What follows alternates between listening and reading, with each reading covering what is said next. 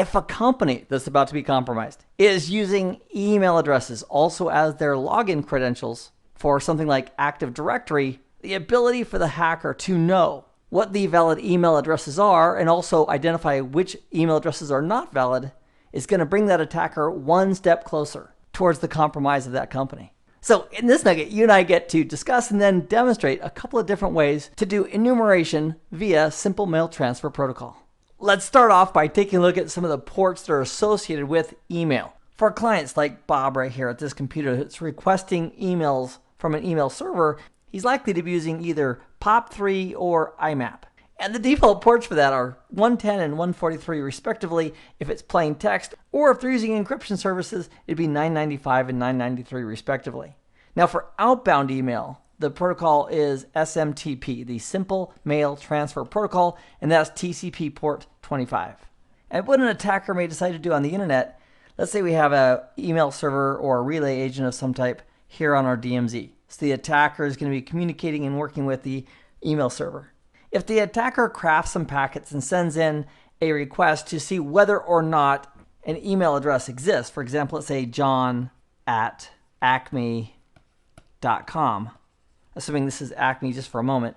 If the attacker makes a request and the email server responds and says, nope, that email address doesn't exist, that hacker is now successfully going through the process of enumeration. The attacker also gets a benefit from sending in a request for a name that does not exist in email. And you might say, well, Keith, how's that going to help him? He's not going to get any positive information about an email address if that email address doesn't exist. However, the benefit is the attacker can see the devices involved on the network regarding processing that email message.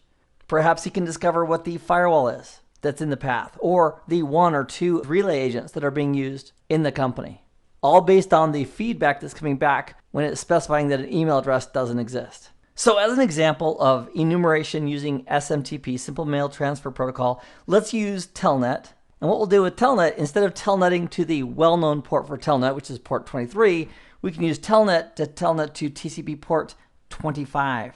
And that way we can have a direct interaction with an SMTP server. And then if we start typing in SMTP-based commands, we can look at the responses that come back from that SMTP server. We also have some additional tools that we could use that could make that process more efficient and less tedious at the command line. And let's take a look at both of those methods right now. So on our Kali Linux box, let's bring up a command shell and let's do a quick ns lookup for smtp.cox.net. Just want to verify that I've got a SMTP server out there that I can work with just for a moment. And we're not going to do anything malicious whatsoever. We're just going to do a couple of simple queries. So smtp.cox.net at that address is a real SMTP server. So what could be done is a person could leverage Telnet and Telnet out to that address, and we can put in either the IP address or the DNS name because it's resolvable, smtp.cox.net. But instead of telnetting to the well-known port of 23 for Telnet, we can connect to the port 25, which the email server should be listening on. So we'll put 25 at the end, press enter, and now we are connected to an email server. Now the next question is, what can you do if you're connected to an email server? Well, we're going to want to be able to speak SMTP. So as far as SMTP commands, I just did a Google and found a Microsoft reference with several examples. We could use the hello or the extended hello commands used for a client to identify itself. We can specify the mail from, that's the sender of a message, the RCPT2, which identifies the destination or who the email is going to. If we scroll down a little bit further, there's additional commands like data, which is used to initiate the transfer of the email message itself. There's also a verify command, which verifies that a mailbox is available for a message delivery. So what we could do while we're connected to this server is we could go ahead and use some of those commands. For example, we could say HELO and press enter. It says, well, it requires a valid address. So let's type in HELO space and let's say ourtest.com. So the email server says, pleased to meet you. And this IP address right there is the IP address that I'm actually natting through as I'm going out to the public internet. So if we brought up a browser, for example, that shows my IP address, there it is at the moment. That'll change over time, but for this moment, that's what it currently is. And my Kali Linux box and everything else in my home lab as we're going out to the internet are coming from that IP address temporarily. So we get additional commands, for example, mail from, and let's use bob@cox.net, press enter. And we could verify the recipient with RCPT2, and let's go ahead and use John bob@cox.net and press enter. And that exists too. So this is just an example of one method that might be used to help enumerate information based on an SMTP server communicating and talking with us. And there's several layers of defense that we could have with our SMTP server, including looking for bogus requests or malformed requests, or using specific authentication methods. And for things like spam, or where the attacker is going over and over and over again, we could use a concept called the tar pit. Now, if you think of a tar pit, what is that going to do? If there's a big dinosaur and it's going through a tar pit, it's going to slow them way down, if not completely. So if there's someone who's just doing hundreds or even thousands of requests, and we're using a tar pit approach, we could configure our SMTP server to have delays as it's communicating back and forth with the client/attacker. Because if an email takes, for example, a minute or so to actually be processed, that's not a showstopper regarding email in the real world. But if it's the attacker who's trying over and over again and not getting responses for a minute or a couple minutes for each request, that is absolutely going to slow them down. And the German word for tar pit is Teergrube.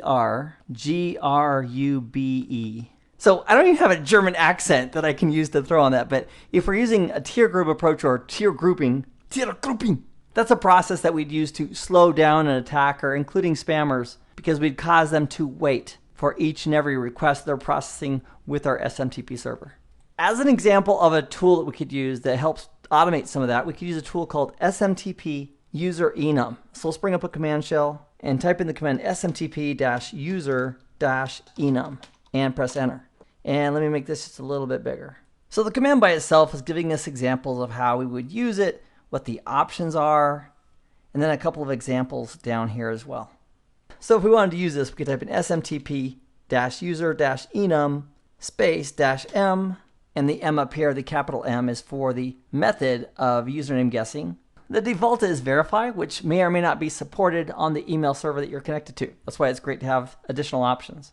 So the method I'd like to use is the rcpt for the recipient. Then I'll do a -u, lowercase u, which is this bad boy right here. We're going to specify the username. Let's go ahead and do bob@cox.net space. Then let's do a -lowercase t to specify the host, referring to our SMTP server. So we'll do -t space, and then we'll put in smtp.cox.net. Or if we had an IP address of an SMTP server, we could put that in there as well, and we'll press enter. And this indicates that the user bob@cox.net does indeed exist. And instead of just checking on one user, we could use a list of users to do a whole bunch of checking in a very short period of time. In this nugget, you and I have discussed and demonstrated a couple of techniques that can be used to do enumeration leveraging simple mail transfer protocol. I hope this has been informative for you, and I'd like to thank you for viewing.